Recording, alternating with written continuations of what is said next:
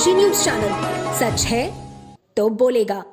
ओम प्रकाश राजभर आज अपनी विधानसभा जहुराबाद गाजीपुर के बगल के गांव नसरतपुर में महाराजा सुहेल देव की घोड़े पर बैठी प्रतिमा का अनावरण करने आए थे। मंच से लोगों को संबोधित करने के बाद उन्होंने पत्रकारों से वार्ता करते हुए कहा कि महाराष्ट्र और बिहार विधानसभा से चुनाव लड़ूंगा, सीट मिले तो ठीक, नहीं तो अलग और अकेले चुनाव लड़ूंगा। बता दें कि 69,000 शिक्षकों की भर्ती और उनके लखनऊ आवास पर घेराव के बारे में पत्रकारों से बोलते हुए ओपी राजभर ने कहा कि हाईकोर्ट का फैसला जो आया है सरकार उसके साथ है। कल मेरी बात चीफ सेक्रेटरी से हुई है, मुख्यमंत्री जी से इन लोगों की मुलाकात करानी है।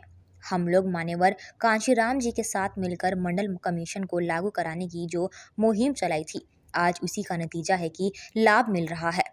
सरकार कोर्ट के आदेश का पालन कर रही है। इसके साथ ही अखिलेश यादव के जाति देकर एनकाउंटर वाले बयान पर ओपी राजभर चुटकी लेते हुए बोलते हैं कि आधार कार्ड देखकर कार्रवाई की जाएगी क्या? अखिलेश जी को सिर्फ यादव ही देखते हैं आज, और जातियों और मुसलमानों के लिए उनकी आवाज़ नहीं उठती। ये खाली अपनी जाति के बात क्यों करते हैं? उन्होंने साफ कहा है कि ये लोग ऐसा बयान सिर्फ अपने वोट को संजोए रखने के लिए ऐसा बयान दे रहे हैं। इसके साथ ही कहा कि महाराष्ट्र चुनाव में 22 सीटें उत्तर भारतीयों के प्रभाव वाली सीट है, हम भी लड़ेंगे। एनडीए में हम हैं, उचित फोरम पर अपनी बात करेंगे। अगर नहीं सीट मिली तो अकेले लड़ेंगे। हमारा गठबंधन यूपी का महाराष्ट्र में नहीं। ये तय है कि हम हरियाणा में नहीं लेकिन बिहार और महाराष्ट्र में चुनाव लड़ेंगे।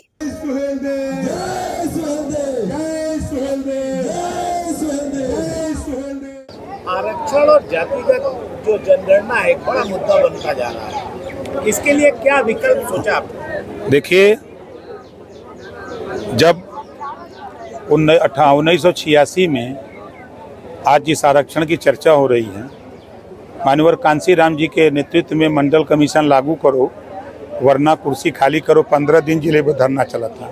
याद होगा आप लोगों को, उस समय हम लोग कलेक्ट्रेट पर धरना दे रहे थे और गांव से 1-1 किलो गेहूँ 1-1 रुपया मांग करके मंडल कमीशन को लागू कराने के लिए संघर्ष किए। उसी संघर्ष की देन है कि आज जो बच्चे हाई कोर्ट ने जो आदेश दिया है उस आदेश का पालन करने के लिए शिक्षक भर्ती वाले जो अभ्यर्थी जो छूट गए हैं उनके लिए कुछ कहना चाहेंगे? छूट नहीं गए हैं।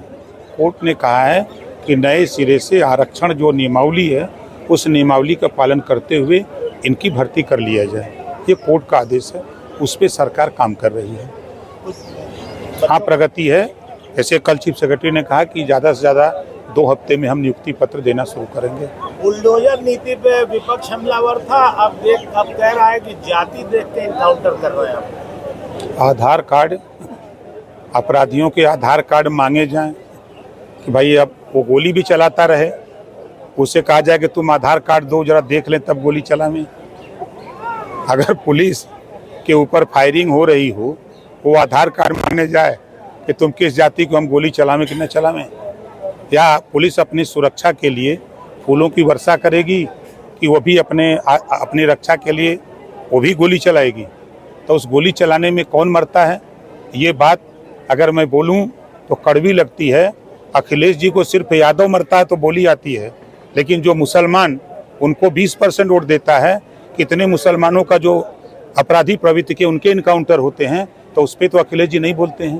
खाली यादव पर उनकी बोली आती है कि यादव को चीन के मारा जाता है, यादव ही उनका वोटर है, और नाई गोंडपाल प्रजापति बिंद केवट मल्ला राजपूत ब्राह्मण भूमिहार उनका वोटर नहीं है, जोल्हा दुनिया अंसारी साईं दर्जी फकीर उनका वोटर नहीं है। ये कौन सा राजनीति करते हैं? आप उनके 4-5 बयान देखिए काउंटर, चाहे वो कन्नौज का मामला हो, कन्नौज के मामले पर भी उन्होंने यादव की बात की। आप अभी उस दिन जो सुल्तानपुर के प्रकरण पर उन्होंने यादव की बात की, तो खाली यादव क्यों मारा जाए?